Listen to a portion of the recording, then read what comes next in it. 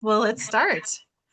Good evening, everyone, and thank you for joining us. March is Women's History Month, and baseball has a long and often overlooked history of women playing the game. From the All American Girls Professional Baseball League during the 1940s to the first modern women's professional baseball league launching in 2026, yay! Women have always been part of baseball's story, even if those stories haven't always been told. But tonight, we're lucky to have guests who represent different parts of that history. Our first guest is Maureen Ulrich, a Saskatchewan playwright and author whose work celebrates women in sport.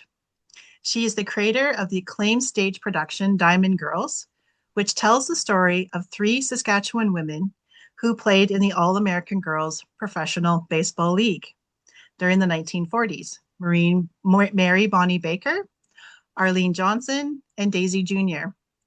Through theater, Maureen has helped bring history of women's baseball to new audiences and remind us that the roots of today's game stretch back decades. So welcome, Maureen. Thank you. Joining us as well is Teagan Witko, a sports broadcaster and reporter with SportsCage and the Saskatchewan Roughriders broadcast team. Teagan has quickly become one of the voices helping tell Saskatchewan sports stories, covering everything from grassroots athletics to professional sports across the province. Her work helps bring attention to emerging stories in sport, including the growing momentum behind women's athletics. Welcome, Teagan. Well, thank you very much for having me. And next we have Braidy Birdsall, a Saskatoon baseball player whose name has become part of history during the inaugural Women's Professional Baseball League draft. She was the first Saskatchewan-born player to be drafted. Yay. A versatile infielder who has represented Team Saskatchewan and competed nationally, Braidy was selected by the Boston franchise and is among the first generation of players stepping into a new era of professional women's baseball. Welcome, Braidy. Thanks for having me. And also joining her is fellow Saskatchewan player Addie Ziebart, an outstanding outfielder who has competed in multiple national championships with Team Saskatchewan and earned a spot on Canada's national development team. In the same historic draft, Addie was selected by the New York franchise just one pick after Braidy. Yay, that's awesome. Marking a milestone moment for Saskatchewan women's baseball. Welcome, Addie, as well. Thanks for having me. And before we start, I want to share a quick piece of Saskatchewan baseball history. So I'm just going to share my screen here so I can just show you this photo. Can everybody see this photo? Yeah. Okay. So when we talk about women in baseball, people often think of the All-American Girls Professional Baseball League during the 1940s. But here on the prairies, women had already been playing organized baseball for decades. In Saskatoon during the 1920s, there was a team called the Saskatoon Pats. Part of a city ladies baseball league, they were incredibly competitive and went on to win provincial and Western Canadian championships. What's really interesting is that several players connected to that team, including Muriel Colbin, Elsie Wingrove, and Lucella McLean, were later recruited to play in the All-American Girls Professional Baseball League. And why do you, sorry, I slipped my page here. So the story of women in baseball isn't just something that happened somewhere else. It happened here in Saskatchewan too. And tonight we get to talk about how that story continues. And that brings us to someone who has helped bring the story of those early women players to life on the stage, Maureen Ulrich. So we're gonna stop this and we're gonna put the spotlight back on Maureen. There we go. Okay, so we're gonna get here up, Maureen. First questions for you. So Maureen, your play Diamond Girls focuses on the All-American Girls Professional Baseball League. What first drew you to the story of those women? Well, A League of Their Own, obviously. I think the movie was made in '92, so it's a household favorite. We've watched it a number of times. But even though there is one of the players in the movie who mentions, I have to go back to Saskatchewan. I didn't really think too much about the Saskatchewan connection to that until I saw something in the Leader Post in 2015, which was about a gazebo that was being dedicated in Central Park, and there's a bunch of murals painted on it, and it was dedicated to Mary Baker, and gave some information about her, and I was just blown away at the impact that she had on the league. She was an all-star. She was in Life magazine. Beautiful woman, wonderful ball player, very skilled, very smart. And once I started reading about her, I thought, I think there's the grounds for a really good story here. And tell us about Arlene and Daisy as well. How that. So I decided I was going to do a one-woman show, and when I started doing a little bit of research, I found that there were 25 women who played, and I wanted to include some women who had played for a substantial amount of time. I believe Mary played for 9 out of the 12 years, and Arlene played for 4, and Daisy, no, can't recall exactly, probably for 4 as well. And Daisy was an outfielder, Arlene was a third baseman, and then Mary was a catcher, also played second base. So I was drawn to them just because of the amount of time that they had played. So there would be more stories about them, and they were pivotal players as well. So, in your research of these three ladies, what surprised you most about them and their experiences playing baseball?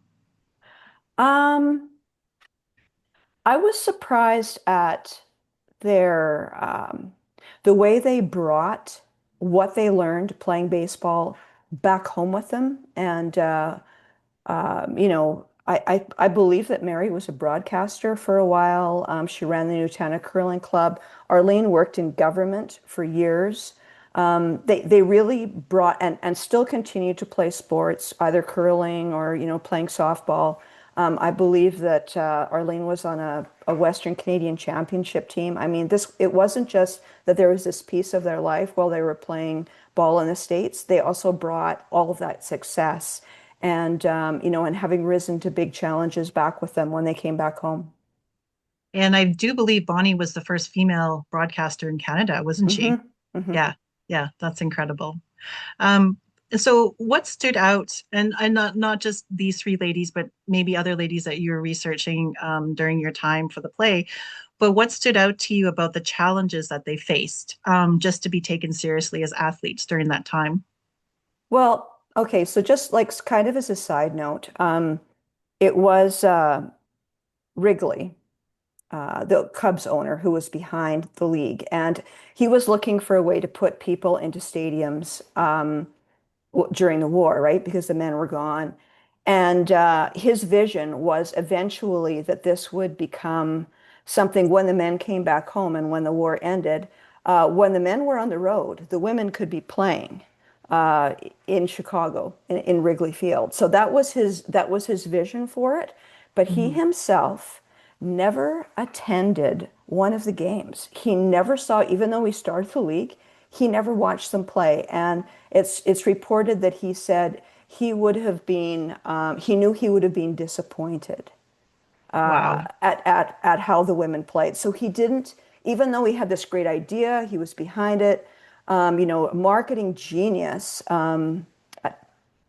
with a caveat, I guess, for that time, he didn't really respect the game, and it was the other people around him, the people who took over eventually, sports writers. They saw the women play, and they were just blown away at the skill level, and what these women were willing to commit in terms of their bodies playing in those skirts, with the strawberries all over their thighs and bruises and whatnot. I mean, they played all out. Boy, did he miss out, hey? Yeah. So we talk about challenges, but let's talk about the idea of belonging and feeling like they truly had a place in the game. Let's talk about that sort of experience, or that the women had during that time too. Well, they formed very, very close relationships. And I know that one of the problems later on, when the league was starting to collapse. Like say 48 was the height. And then after that, it kind of started to collapse. And they were looking for ways to, bolster the league. And they kept moving the players around. And this was a huge, huge issue with the teams. And they complained about it a lot. They even moved Mary from South Bend to Kalamazoo, hoping to bolster that team. She actually ended up being the manager, the first and I believe the only female manager that they had in the All-American Girls. So I don't know if that answers the question or not, but the women were tight. They were very tight. Yeah, so there was sort of that inner circle where they felt, where they were all friends and they were both all there to play baseball. And then together, do you feel like, yeah, they were constantly fighting to be feel like they deserve to be there? Like all this moving around, all this switching. But did they feel like that that they were constantly sort of on the spotlight and they had to prove themselves all the time? Well, there were a lot of rules, right? There were a lot of rules about their appearance. Like I saw a picture of the women. It was one of Arlene's pictures, and they're standing in front of the Muskegon bus, and they look a little slovenly, like their socks are all kind of droopy, and they're wearing these skirts and whatever. And they were supposed to look turned out all of the time, but initially they were traveling on trains, right? Mhm. So then they would have to dress up and look sharp. But they were riding on a bus, so I mean that I guess the standards were a little bit looser in that case.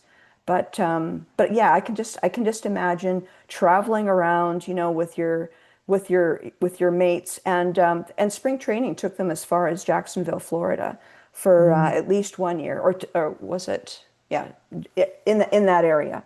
Anyway, and so like traveling all the way down there, playing with these women, and you're coming back and you're playing exhibition games all the way back to Wisconsin. It must have been a fabulous thing for them. Mhm. So why do you think it's important that we continue to tell those stories today? For those women, I think it's especially important because we're such a visual society now. We didn't get to see it. Those games weren't even on the radio. So the only people who saw them were the people who, actually attended the games. And, they're pretty much all gone now. So I think it's very important that we hold these women up and acknowledge that what they did was incredibly groundbreaking at that time for a young woman to leave home in her early 20s and go, I'm going to play professional baseball and I'm going to make, $100 a week instead of $16 a week working at the Army and Navy. It was an incredible time for them. And when we performed Diamond Girls, I mean, people were just blown away by the sheer amount of information that there was about what these women's lives were like, and they had no clue. Mhm. And I think it's important to recognize too, just from some of the research that I've done, is the impact that that freedom and that, the money that they had. And when they came back, I read a lot of them went on to get higher education, doctors, and being in baseball, like inspired them, right, to be independent, to go out, to get those higher educations. And back then that was unheard of, right? Yeah, yeah, for sure. Yeah. Well, I can't imagine who would have been leaving home to do that um, back in that. So, I mean, the challenges were maybe kind of behind them, like they'd broken through the glass ceiling and they weren't afraid. Yeah, incredible. Like hearing those stories from the 40s makes it clear that women have been pushing for space in baseball for a long time. And what's remarkable is that we're now seeing this next chapter of the story unfold in real time, with which we can watch, right, Maureen? Right. So now these questions are for you, Addie and Braidy. When you hear about these women who played professional baseball in the 1940s, do you feel a connection to that history? Whoever I, wants to start. Go ahead, Addie. Go ahead, Addie. Yeah, I definitely feel a connection. I mean, one of the first baseball movies I ever watched was A League of Their Own, and I found it super inspirational even at the time. And to learn that girls from this province even were able to go and have success in the league and like be stars in the league is something that always inspired me. I never thought like I would have a league like that. I was hoping that maybe the girls coming up, the younger girls would have something like that, hopefully coming soon. But it was like super exciting to be a part of this league that's coming out now. Mhm. Yeah, Brady? kind of same thing. So that was kind of the first baseball movie that I watched. I watched with my dad, and he just kept saying, "There's no crying in baseball," and that's, he would tell me that on the field and everything like that. When I first learned more about the All-American Girls Baseball League, it made it feel like the jump to the WPBL wasn't that big anymore. They already took the big first step. They kind of already did a lot of the heavy lifting. They proved that they could perform at that level, and now it's just our turn to prove it once again. And I'm really hoping this one sticks. It's going to for Yeah. sure. And do you think those players would be surprised to see a new professional women's baseball league starting today? That's a question for both you guys. I mean, I think they'd be surprised by a lot of things now that we have. I mean, those women were playing baseball before they even had the right to vote. So I think that, yeah, I think it could be shocking to them, but I think not surprising. Like, girls have grown up playing baseball, and baseball is for everyone. So I think, and they know that. So I think they would be shocked, but not completely.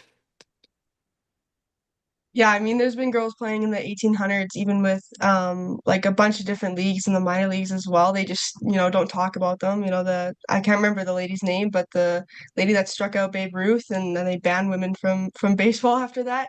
So they've been playing a lot longer than I think history kind of shows. And like even, like rec leagues, those people still count. So I don't think they'd be shocked. I think they might be a little bit that it took this long.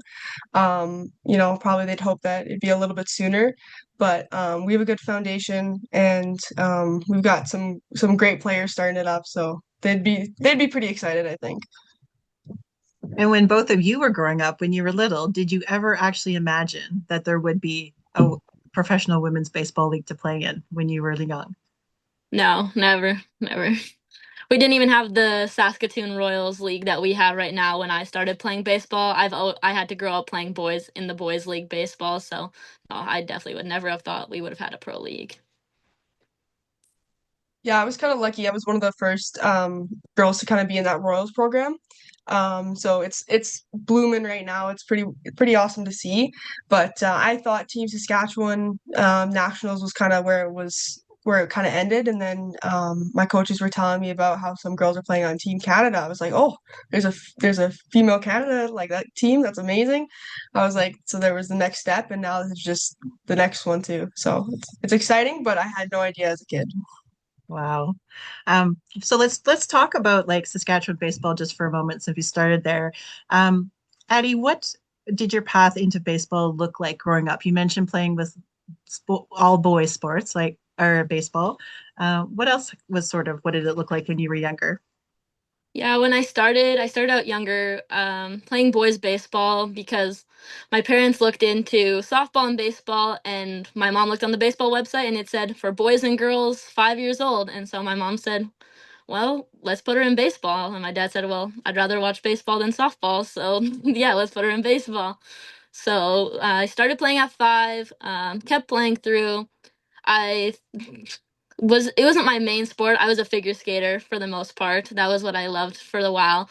But around 13, I made the AAA team, and I had an amazing experience with a coach that treated me like everybody else on the team. I think that's when my skills grew the most, and I just fell in love with the game of baseball and knew that that was what I wanted to do for the rest of my life. So yeah, from that point on, I got to play for the 14U Westerns team, which was super exciting because that was my first time ever playing with other girls. And then I've played 16U, 19U women's, and Team Canada now in the WPBL. So it's been really exciting to have more opportunities with girls baseball and see that younger girls too. Now we're starting in Saskatoon a 12U all girls baseball league. So all girls will be able to play with each other and not just play against boys. That's awesome. And Brady, how about you? When did baseball start to feel like that was something that might shape your future? So for me, it took a lot longer than you'd probably think. I started out with like karate, BJJ, and like basketball. So I trained internationally for that. So then I was about 12 or 13, I started focusing more on baseball. I don't know how I got into it. I just decided one day I really, really wanted to do it. I wanted to do baseball, not softball. And from there, I was lucky enough to have the Royals organization. So I had an all-girls team, but we were still competing against boys. Then at around like, 14, 15 years old, I, got to go to to Westerns with Team Saskatchewan, and that was super awesome. I was, pretty tiny, pretty scared, but I was just excited to be there. And same thing, 16U, 19U women's, competing there. And then I'm also on my university's baseball team. I'm the only girl there, only girl in the league. And then with the WPBL, and I'm on the Team Canada Top 40. And yeah, that's kind of where I'm at. So I would say around like 17, 18, I realized this is something I'd like to do for as long as I can. And were there moments where you felt like through all that you had to prove yourself on the field? Yeah, definitely for like especially playing boys baseball, it's like everyone always expects you to be the worst. They never expect anything from you. So in a way it's a blessing because you can almost never underestimate their expectations of you, right? But yeah, it's definitely something you're competing against boys, male coaches, calling the infield in, like, oh, it's a girl up to bat, like come in the infield, and just not taking you seriously, but it's so much fun when you get to prove them wrong and prove that you're better than half of the boys there. I know parents would always say to my dad, they'd say, "Oh, she's pretty good for a girl," and then he would always say back to them, "Well, she's pretty good for a boy too." Mm-hmm. Hey guys, I want to interview. Please be quiet. Thank you. I'm sorry, I'm in a Oh, dorm. no worries. That's Oh, okay. sorry. That's okay. No worries. What about you, Brady? Was there moments where you felt like you had to prove yourself on the field? Honestly, all the time. Especially like always with male teams, they're I think respect for you playing is a lot lower. So you always have to do a lot more to prove that you're even like adequate. I find that like, when a guy joins a team, they have like a basic level of respect. Oh yeah, this guy can play. With a girl, they're always looking at you. So those first couple games, those first couple practices, they're all watching what you can do. So that can really make it seem like everyone's staring at you, right? Everyone's watching those little mistakes that you're making. And then you just kind of have to realize that that's not going to go away um, anytime soon, which is unfortunate. But just having fun out there really proves that you deserve to be there as much as anyone else. Yeah. Maureen, what do you think about that? Hearing what Addie and Brady have to say and comparing it, thinking about, Bonnie and Arlene and Daisy. Um, yeah, I mean it's unfortunate that we haven't really moved. There's still a lot of minds that have to be changed and things have to be proven, before people can accept it. Um, I just have a quick story about one of the sports writers, Chet Brewer, who was absolutely not interested in going to the women's games and reporting on them.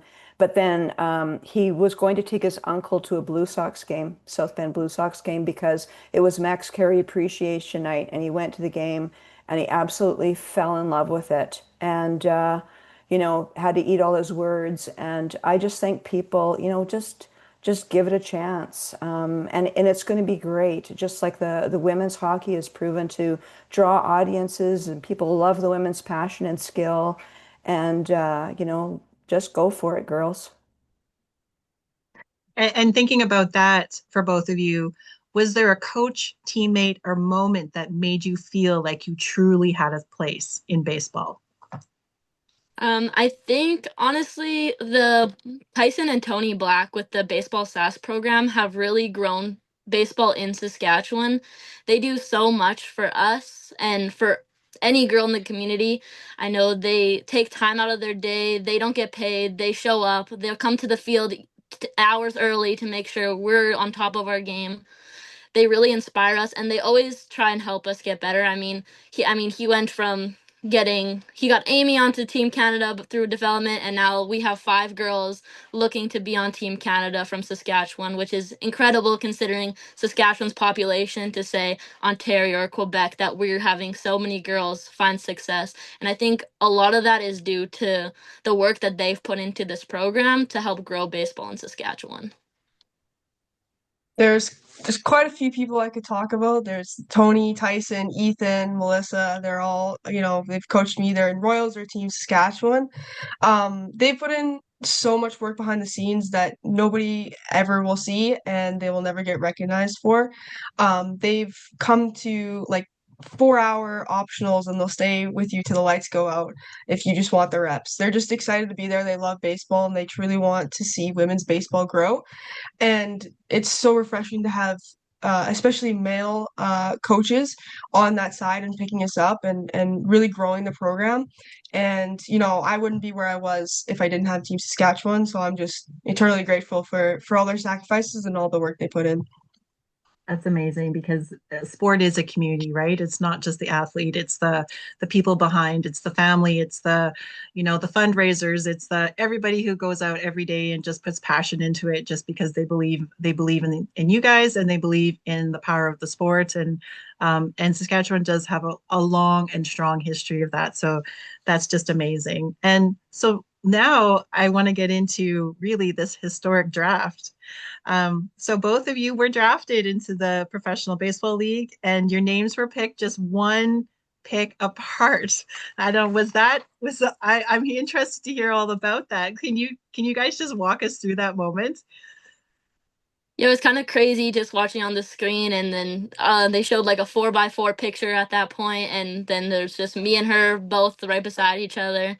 And I thought it was kind of a incredible moment for Team Sask and for Saskatchewan as a whole because I mean we're both so deserving. We both try and work so hard, and I'm so happy that she has the opportunity, I have the opportunity, and we're gonna make the most of it. I know. Yeah, I was pretty excited. My mom took a video of me unknowingly, and I was jumping up and down, super excited. I think it's really cool that it was back to back too. I was kind of hoping same team, but it's okay.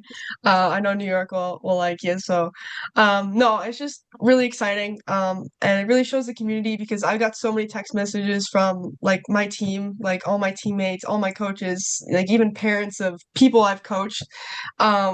So I was just excited to finally give some recognition to Saskatchewan. So And so Brady, you were the first, Addie, you were the second. And so like did the historical significance like just sink in right away, or did it just take a little bit of time to realize that after sort of all the excitement died down? I think it took like honestly about a week before I even kind of like started to even think about it or celebrate it. It kind of was crazy because about a week sat in and it didn't really sink in, but then all of a sudden I was getting all of these emails for interviews and articles and all these things and I was like, wow, like this is like super significant moment. This is crazy. Like it's so exciting. I was pretty excited. I had started a Instagram page so that Anthony on Team Canada could watch my progress, and it kind of not blew up, but I got a lot more views than usual, so that was really exciting. It made me realize that I had some people looking at me more now, which was awesome. But same thing, it took about like a week and a half to 2 weeks.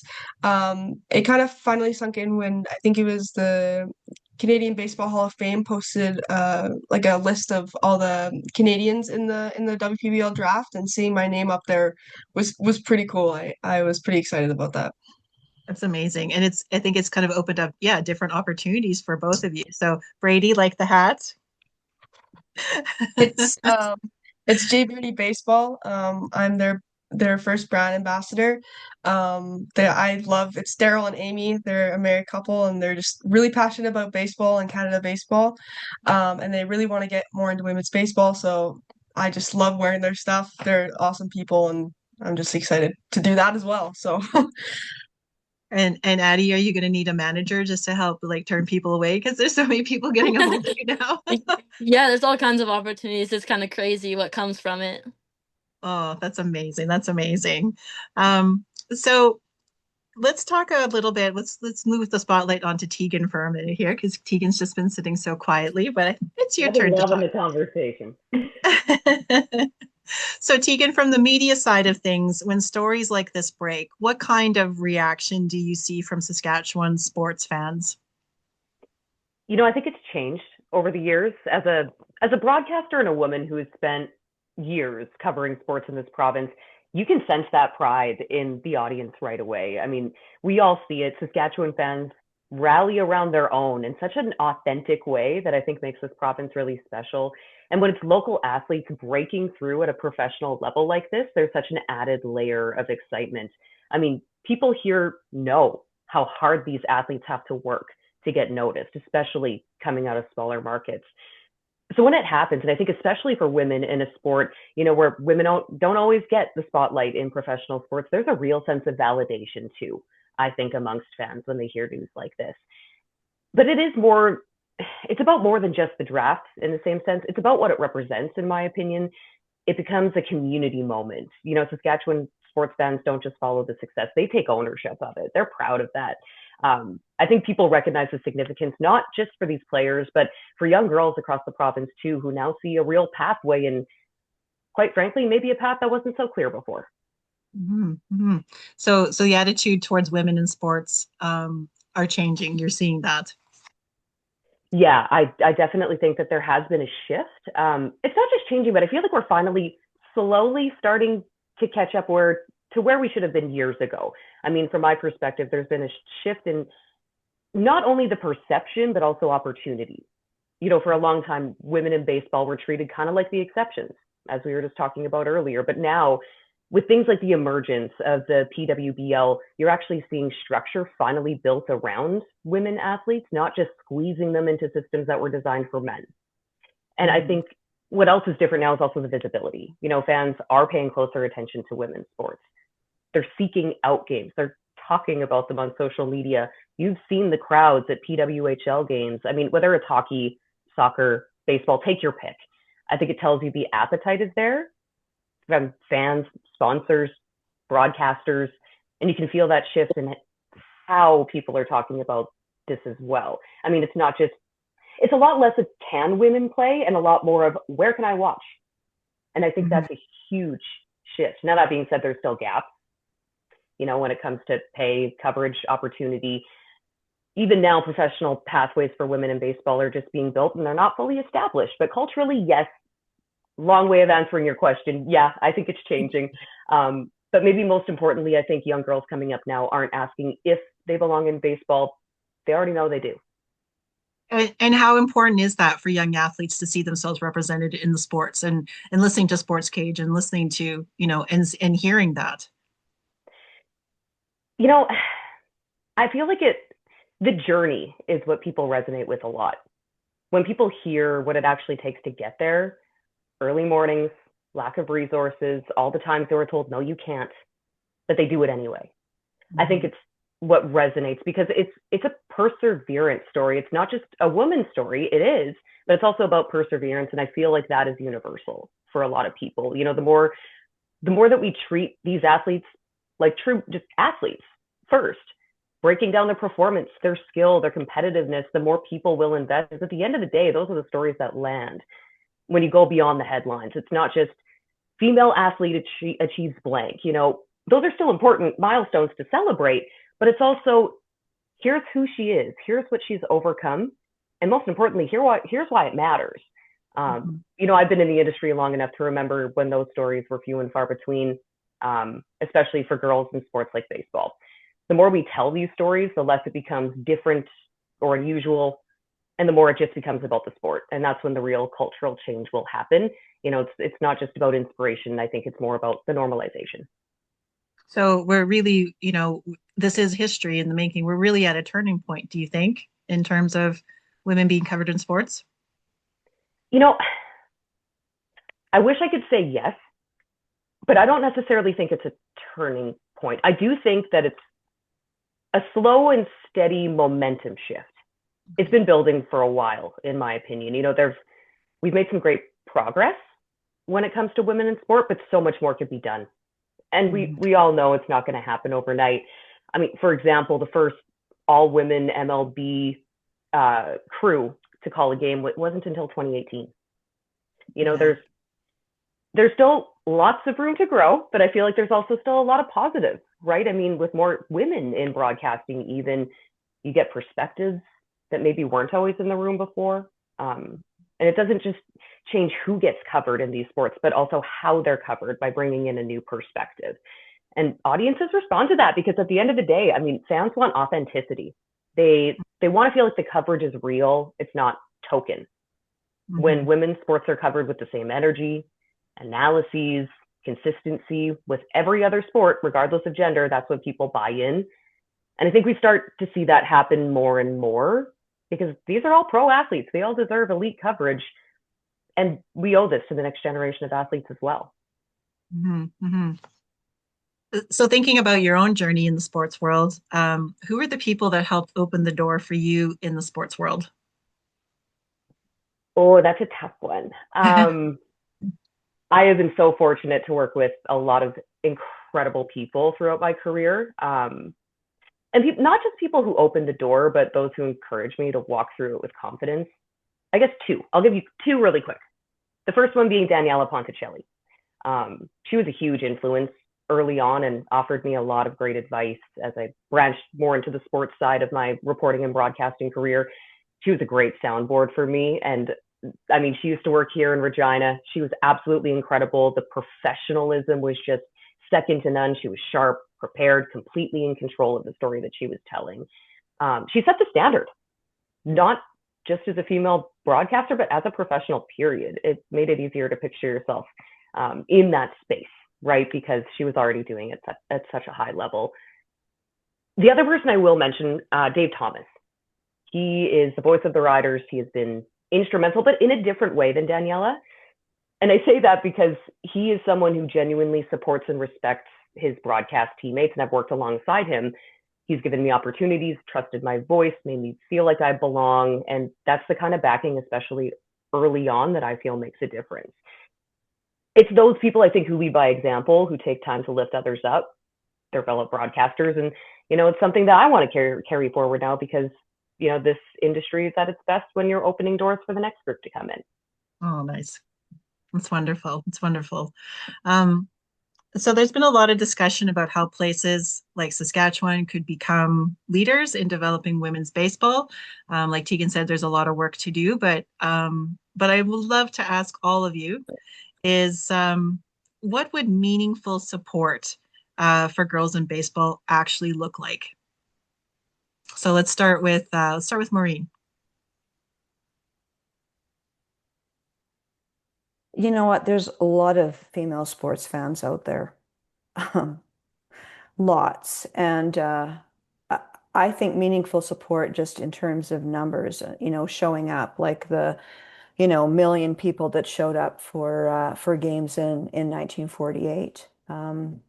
People have got to actually walk the walk and, buy tickets, buy seasons tickets, buy merchandise, and really support this new league. Addie? I think it really comes from supporting like our youth leagues. I see that as I'm coaching an 11U team this year.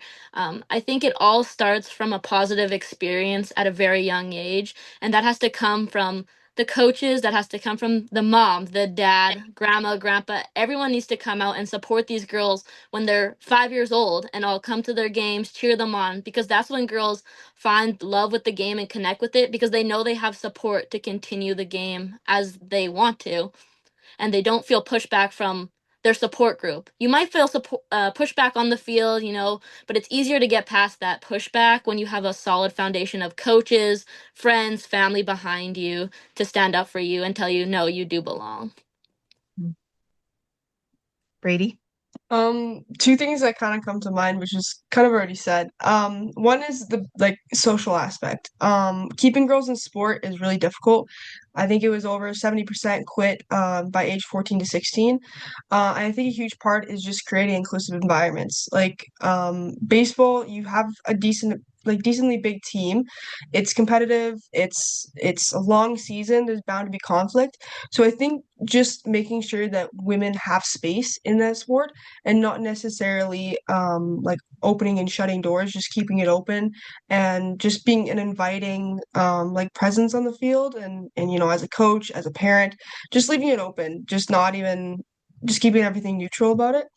And I think the other thing is like mentorship. I think it's really important for young girls as young as they can to see older women in administration, umpiring, coaching, playing, like in any position that they possibly can.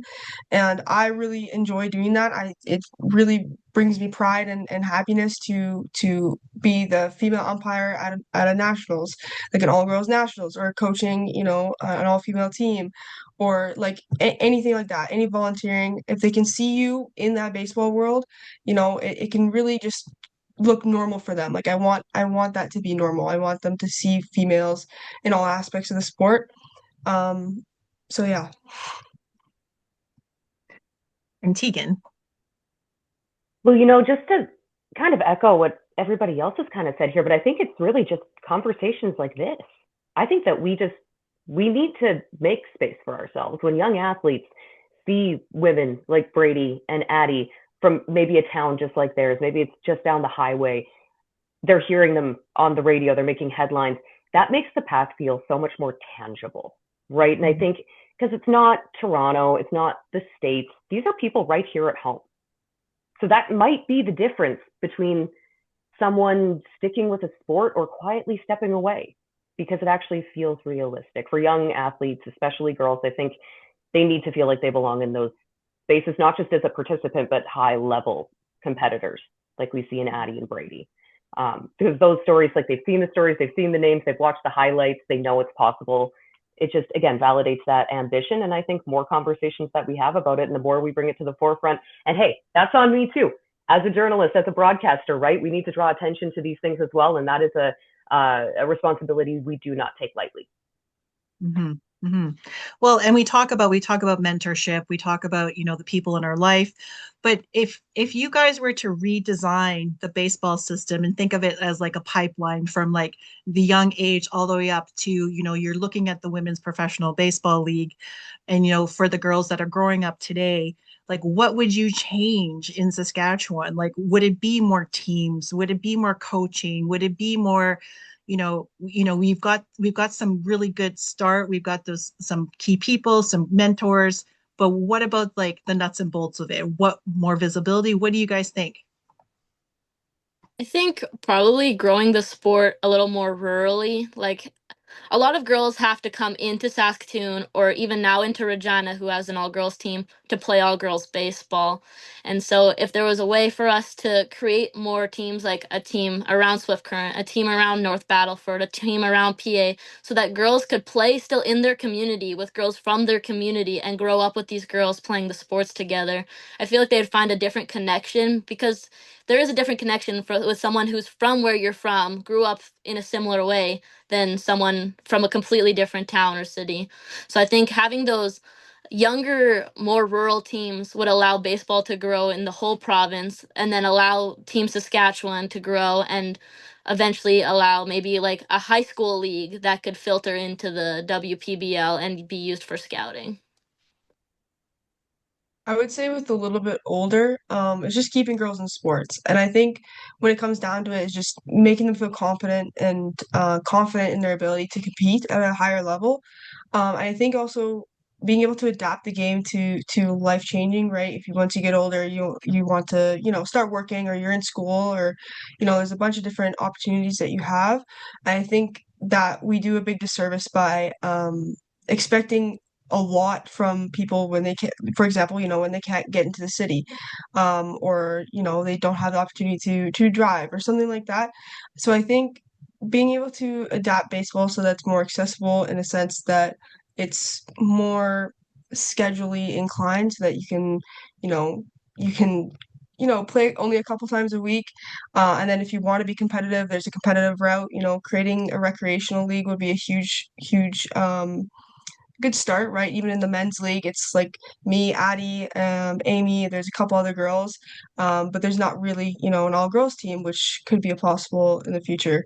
So I think just, as many avenues as baseball as possible. Mhm, mhm. And Teagan, from the sports world more broadly, what do you think women's sports could look like in 10 or 20 years from now if this momentum continues? Well, I would hope it would be on the exact same par as men's professional sports. 10, Mhm. 20 years, I think that's reasonable. I think that's attainable. We've seen a lot of growth over the past, I mean, since 2018, even, we're seeing more women on sports panels. We're seeing more professional women's teams being nationally televised. I think as long as we continue to march in the same direction, and as Addie and Braidy earlier said, accessibility is huge, because if you have gaps and there's an opportunity for someone to fall off, that's when we start to fail. Mhm, mhm. This has been such a great conversation. I've just loved all of it. But I do want to end with a question for everyone. So, for any young girl in Saskatchewan who's watching this conversation tonight and dreaming about playing baseball someday, what would you want her to know? And that's a question for all of you. So, let's start with Teagan on that one. Don't be scared. Just Mm, do it. Grab your cleats, lace them up, get your helmet, get your bat, and get out there. You got mm. this. Braidy? I'd say loving sport is enough. I think it's, especially with media now, it's getting more and more easier to compare yourself to, some 9-year-old throwing 75 miles an hour, right? But I think just loving the sport and actually enjoying, being out there on the field, the off-season training, the in-season training, all those, late night practices, just genuinely enjoying it will take you so far in the sport. And I think the focus should be on that. Addie?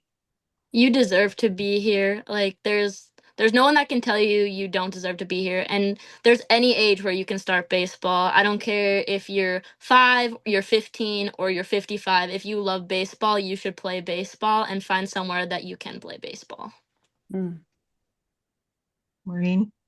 Yeah, I just think, listen to your coach, listen to your parents, uh, enjoy it, enjoy every minute, enjoy your teammates, learn from them. Uh, and yeah, and don't be afraid. Don't be afraid to give it your best shot. Oh, this has just been amazing. Like, thank you for all of you for sharing your stories tonight. And this is something I want to close, and I wanted to something I wanted to share with you. And I follow an Instagram page. It's called Every Woman, and I want to read it to you. And this is for all of you, and it's for Women's History Month. And history is not only what we inherit; it's what we choose to build. To every woman raising her voice, launching the idea, healing her community, breaking the ceiling, telling the truth, starting over, or simply refusing to shrink. You are part of that story. Keep going, keep building, keep speaking, and keep making history. And I want to thank all of you for being here tonight. So Thank you, Robyn. Yeah, thank you so much. Yeah. This was great. Thank you.